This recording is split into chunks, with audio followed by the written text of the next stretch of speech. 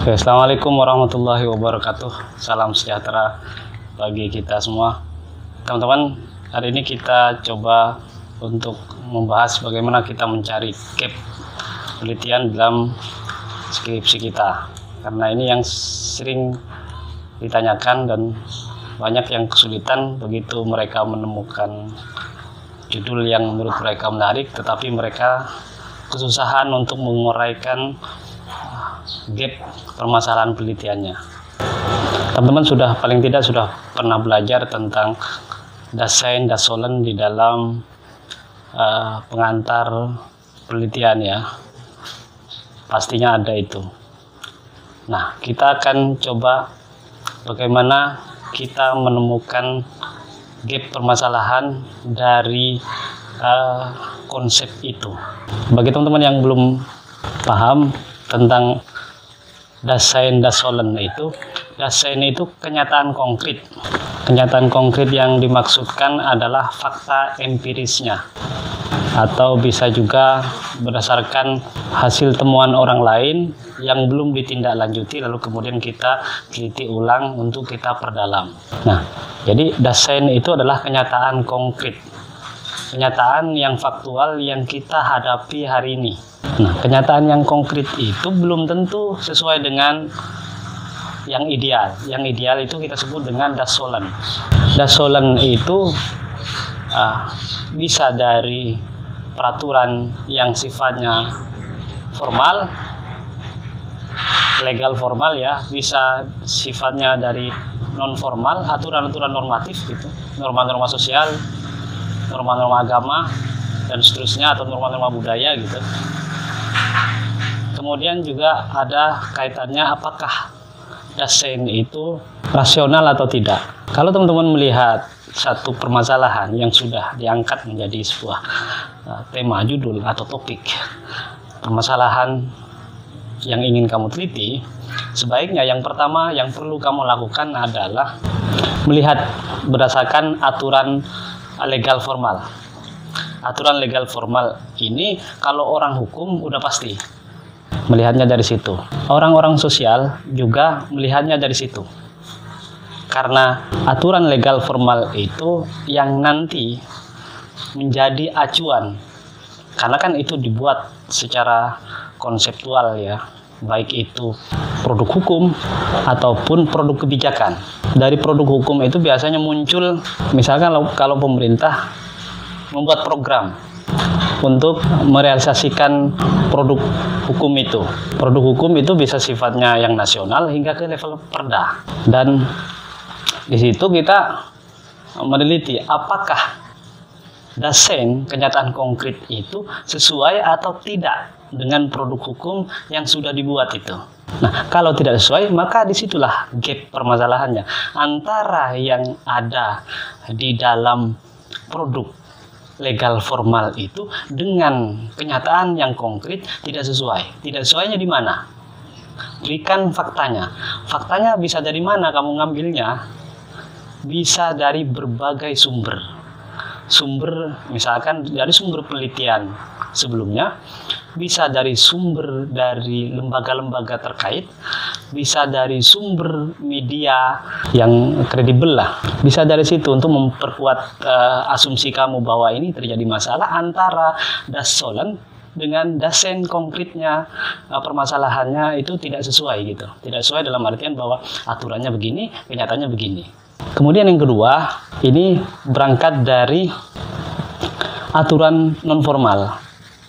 Jadi untuk menentukan gap itu berangkat dari aturan non formal.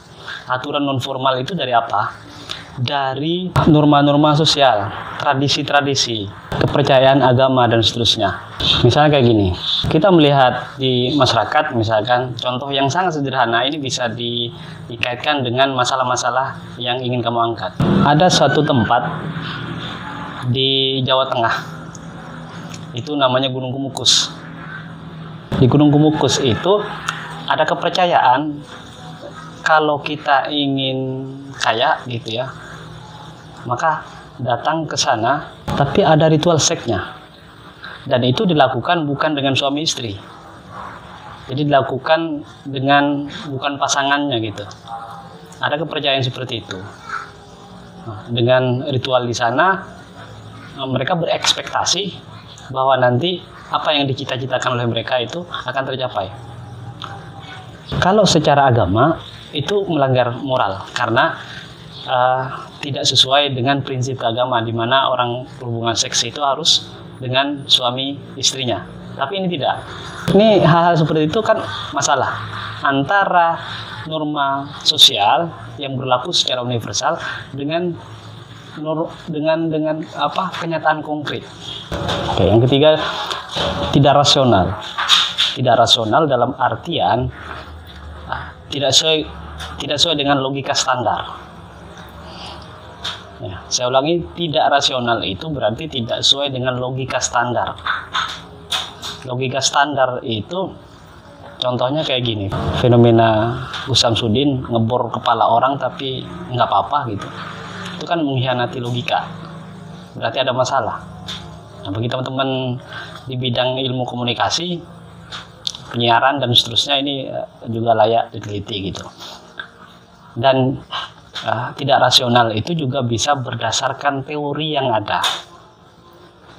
Teorinya mengatakan begini, tetapi secara empiris konkretnya atau dasennya itu berbeda. Nah, kenapa berbeda? Maka itulah kita melakukan penelitian ke situ.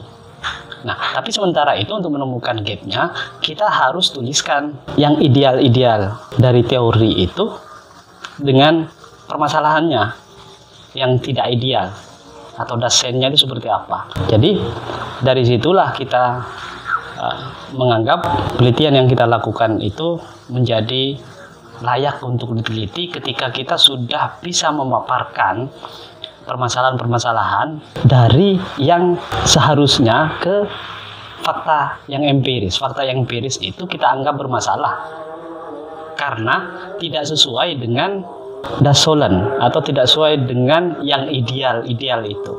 Yang ideal itu identifikasi saya itu berangkat dari aturan legal formal, aturan normatif yang ada di masyarakat, dan sesuatu itu tidak rasional berdasarkan logika standar dan dengan teori yang ada. Jadi bagi teman-teman yang masih kesulitan tentang itu, cari data-data yang ideal itu seperti apa, kemudian cari data-data yang tidak ideal berdasarkan fakta empirisnya itu seperti apa. Jadi dari situlah kita menuliskannya. Oke, itulah bagaimana cara kita menemukan gap penelitian di skripsi kita supaya skripsi kita menjadi layak untuk kita teliti. Kita punya alasan yang rasional, kita punya alasan yang memperkuat asumsi-asumsi yang kita bangun di proposal kita. Semoga bermanfaat. Salam dari saya.